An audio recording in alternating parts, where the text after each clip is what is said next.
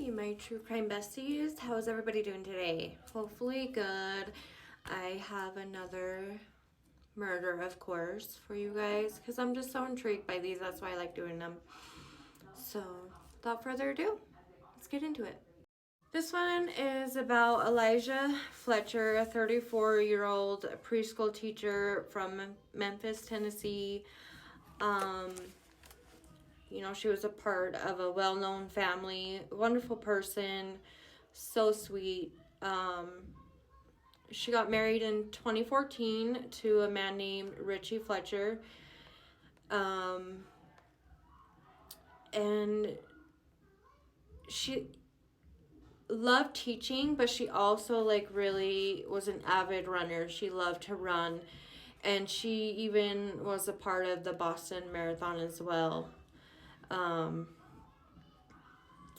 So I want to point this out. In 2018, her grandpa passed away, and he left her part of his $3 billion dollar inheritance. Okay, so now I'll talk about that a little bit more and why that's relevant to the story. So on September 2nd, she left the house at 4:30 a.m. So she would go running every morning at 4:30, and but that day she never returned home. Her husband got worried. It's like 6 o'clock, 7 o'clock. She should be home by now, and he's getting worried. So he starts calling her work, her family, friends, anybody, if they've heard from her, and nobody did. So around 7:40 a.m., her husband called the police and reported her missing. So the police start searching for her, and while investigating her, the missing person, obviously, because they don't know yet, they learned that a biker reported finding a broken phone around 6:45 a.m. And that was around the area that she would run. So police went over there, and her phone also pinged in that exact area. So when police found that broken phone and knew that it pinged in that area, they just put two and two together, okay, that's her phone. And they also found a pair of Champion men slider shoes. So police take those and her phone, okay, and they also start gathering surveillance footage, around that area. And they get something off their surveillance. So they see her running, and then you see a blue GMC terrain truck pull up just past her, and they pull over to the side. And as soon as she is right there by the truck, you see a man get out and force her into the passenger side door. And not all footage is released to be made public. You can only see part of it because she fought, y'all. She fought back and fought hard. So some of it's not made public because of that. And so huge struggle. And after he forced her inside, the truck sits there for 4 minutes. You guys, 4 minutes. Weird, right? So I don't know if, it takes a few minutes to really get somebody. So that's what I'm kind of assuming here. The police did get a license plate off the truck, and they also tested the shoes that they found by her phone, and they had a DNA on them that came back to a man named Cleotha Abston, so aka Pooky. His street name's Pooky. 38 years old. He's a black man. So police start looking for him, obviously, and police also go back to her house, and you see them take her car, and they take evidence out of the house, and they also remove a pair of garden shears, so really weird. And rumors start flying, okay, she has this, remember that inheritance, that huge inheritance, and then taking stuff from the home, was this a hired hit? Was it her husband? You know, so like just rumors are all flying. And remember, guys, those are just rumors. We don't know yet.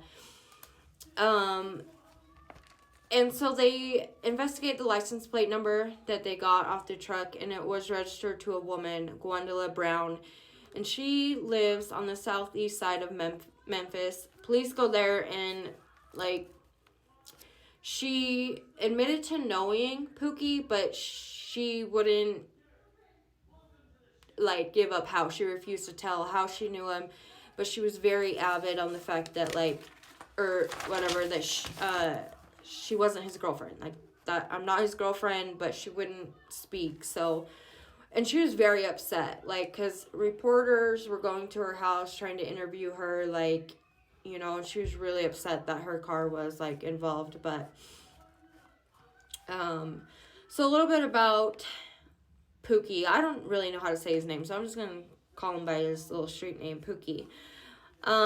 So he was charged with a kidnapping in 2000.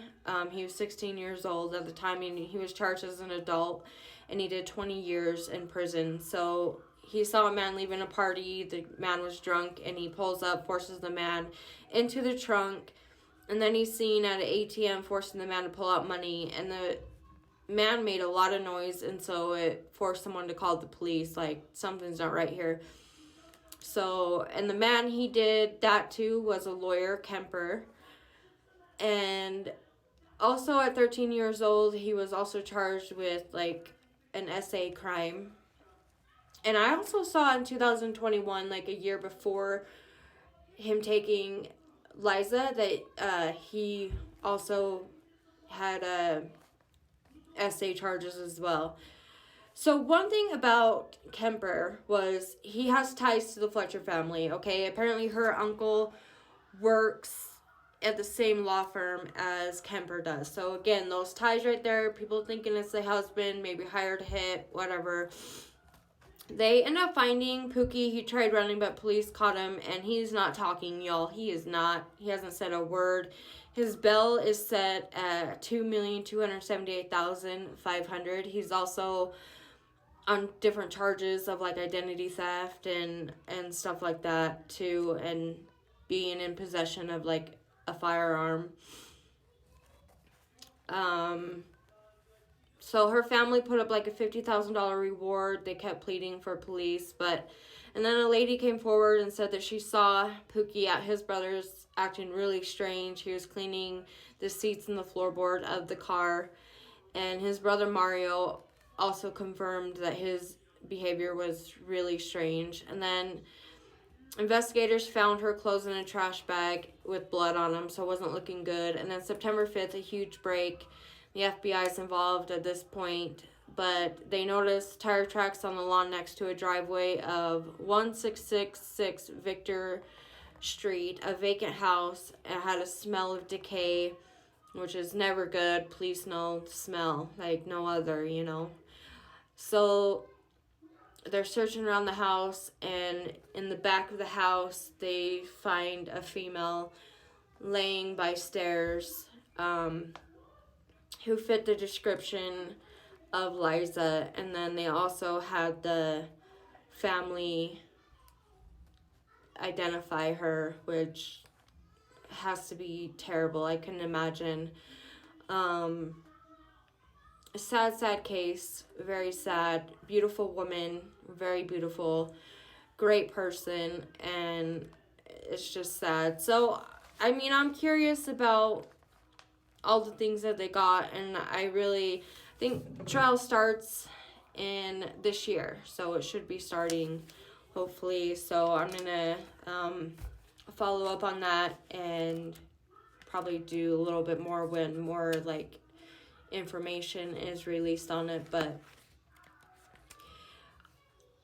everybody stay safe, okay? I just please be safe, be kind to everybody, and if you guys like these videos of me sharing, you know, crimes and stuff like that, go ahead and like and share it.